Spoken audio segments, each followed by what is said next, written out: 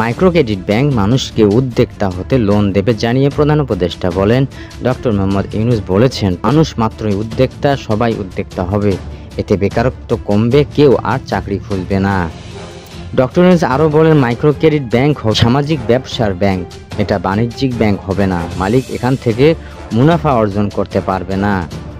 প্রধান উপদেষ্টা বলেন, মাইক্রো ক্রেডিটের নামে ব্যাংক আলাদা করতে হবে, এই জন্য নতুন ব্যাংকের আইন তৈরি প্রয়োজন।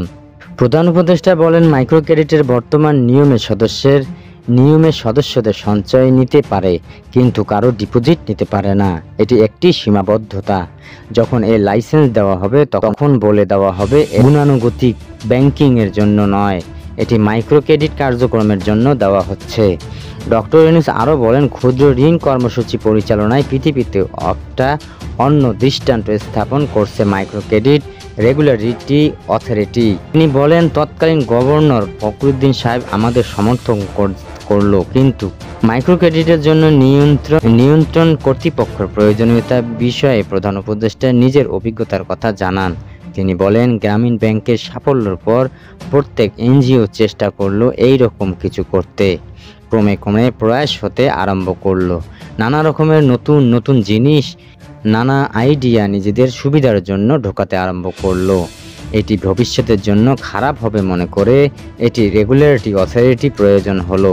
বাংলাদেশ ব্যাংকের সঙ্গে যোগাযোগ করলাম, তারা বলল আমাদের কাজ না। তিনি বললেন, তৎকালীন গভর্নর ফখরুদ্দিন সাহেব আমাদের সমর্থন করলো, কিন্তু বাংলাদেশ ব্যাংকের অধীনে এটা হতে পারবে না। তারা ব্যাখ্যা চাইল, আপনি যদি ইউরোপিয়ান ফুটবলের রেফারিকে দিয়ে আমেরিকার ফুটবল খেলা চালাতে চান, তাহলে ইট উইল বি ডিজাস্টার। কেন্দ্রীয় ব্যাংক নিয়ে ক্ষুদ্র ঋণ নিয়ন্ত্রণ করবে, সে তো ক্ষুদ্র ঋণেই জানে না, সেই তো ইউরোপিয়ান ফুটবল রেফারি। জানা গেছে, MRA ভবনের নির্মাণ কাজ আনুষ্ঠানিকভাবে 2023 সালে 1 ফেব্রুয়ারি শুরু হয়েছিল। ভবনটি 16 তলা ভিত্তির উপর নির্মিত একটি বহুতলা অফিস ভবন, যার মধ্যে boundary wall, gate, guardroom, rain water এবং safety tank, soap well, signage, mural এবং ডিপ টিউবওয়েলের স্থাপনা সহ অন্যান্য আনুষঙ্গিক কাজ অন্তর্ভুক্ত ছিল।